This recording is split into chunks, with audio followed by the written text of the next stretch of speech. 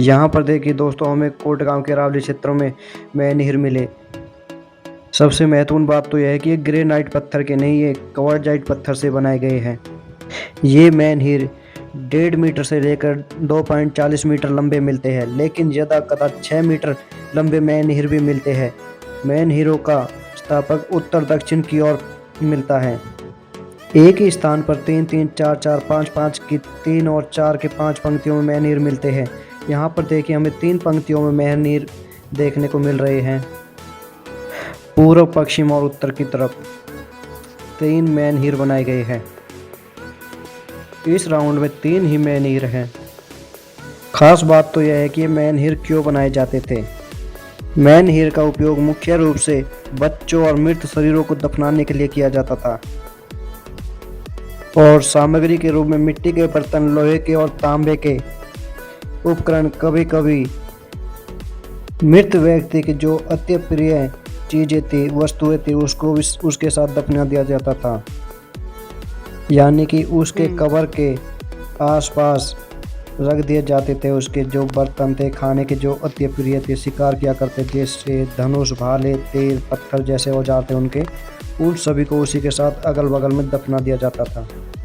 और इस प्रकार की समाधियाँ सांप के फैले हुए फन की तरह प्रतीत होती है, इसलिए इन्हें फन शिला भी कहा जाता है। दक्षिण भारत की स्थानीय भाषा में इस प्रकार की समाधि को कुडाइलकल कहते हैं। समाधि के ऊपर कभी कभी 5 से लेकर 12 तक शिलाएं वर्ताकार रखी हुई मिलती है। इन्हें अनेक फन शिलाएं कहा जाता है। इन शिलाओं का बाहरी हिस्सा तराशा हुआ होता है, और इस प्रकार की समाधियों में गड्ढा खोदकर उसमें मानव की अस्थियां और सामग्री को रखकर गड्ढे को मिट्टी से भर दिया जाता था। उसके बाद कब्र के ऊपर गोलाकार एक शिला औंधाकर रख दी जाती थी। यानी कि सामग्री रखने के लिए कब्र की फर्श पर पत्थर का एक बड़ा टुकड़ा रखा जाता था, जिसे फर्श शिला भी कहा जाता है। डोलमोन के ऊपर से ढकने के लिए एक या एक से अधिक शिलाओं का उपयोग किया जाता था, जिसे ढक्कन कहा जाता है, कैपिंग स्टोन। कभी कभी डोलमोन को 20 से 2 या 4 भागों में विभाजित करने के लिए अतिरिक्त शिलाओं का उपयोग करके अलग अलग कई प्रकार बना दिए जाते थे। प्रकार नहीं, प्रकोष्ठ बना दिए जाते थे। एक कब्र में अनेक मृतकों को दफनाया जाता था। जैसे ही कई जगहों पर अभी खुदाई हुई थी, राखी गड़ी हुई हड़प्पा सभ्यता, वहाँ पर कब्रें खोदी गई, तो उसके अंदर उसके किनारे किनारे चारों ओर रखी हुई मिलती है उसकी सामग्री। कब्रों में कृष्ण लोहित मृत भांड, लोहे उपकरण और मिट्टी के बने हुए छोटे छोटे पैरों से युक्त सब मंजूभाई ताबूत भी मिलती है। इस प्रकार की कब्रों के उदाहरण कर्नाटक में ब्रह्मगिरी और तमिलनाडु में चिंगलपेट में मिले हैं।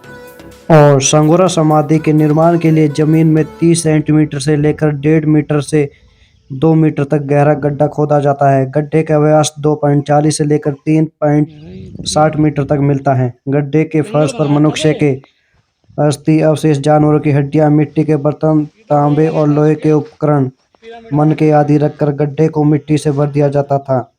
गड्ढे में कभी कभी पादादर युक्त मिट्टी की शव पेटिकाएं भी रखी हुई मिलती है, जिसमें मनुष्य की अस्थियां और अतिरिक्त लोहे उपकरण, मृत भांड प्राप्त हुए हैं। कुछ शव पेटिकाओं में भेड़ा तथा यानी कि हाथी के आकृति से बनाए हुए कुछ बर्तन भी प्राप्त हुए हैं, जैसे कि तमिलनाडु और चिंगलपट जिले से मिली है। गड्ढे को मिट्टी से भरने के बाद उसके किनारे किनारे और ऊपर पत्थर के टुकड़े बिछा दिए जाते थे, जिनका फैलाव गोलाकार अथवा आयताकार होता है। इन टुकड़ों को कुछ ऊंचाई तक रखा जाता है, जिसमें दूर से ही देखने पर समाधि का आभास हो जाए। लेकिन जब हम अपने हरियाणा के एक छोटे से कस्बे कोट गांव की अरावली पहाड़ी में मैनहीर देखते हैं, लेकिन इनकी अभी तक कोई खुदाई नहीं कोई शोध हुई है। एक ये भी है, ये मैनहीर 1.5 से 2.5 मीटर लंबे और गोलाकार 3 भुजाओं में बनाए गए हैं।